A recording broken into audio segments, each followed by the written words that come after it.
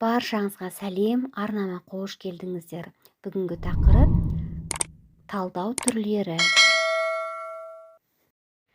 Талдау түрлері, фонетикалық талдау. Біріншіден сөз, сөйлем орфографикалық нормаға сәйкес жазылуы керек. Екіншіден орфографикалық нормаға келтіріліп екпін белгіленеді.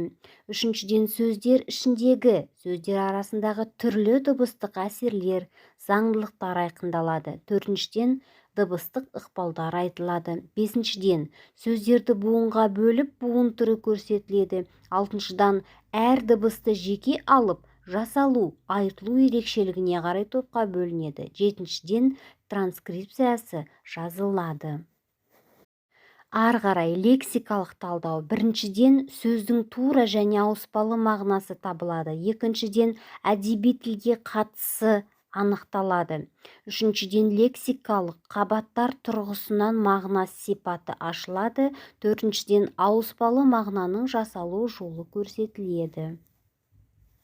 Ары қарай сөз құрамына талдау. Біріншіден сөздің негізгі түбірі табылып, қай сөз табына қатыстылығын мағынасына, құрамына қарай түрі анықталады.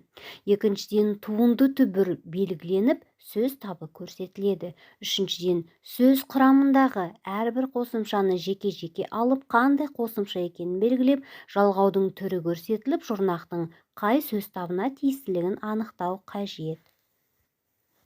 Ары қарай сөз тіркесіне талдау. Біріншіден байланысқан сөздері табылады. Екіншіден бағыныңқы, басыңқы сыңарларының байланысу тәсілі табылады. Үшіншіден сөз табы тұлғасы жағынан талдау арқылы байланыс түрі анықталады. Төртіншіден синтаксистік қатынас көрсетіледі.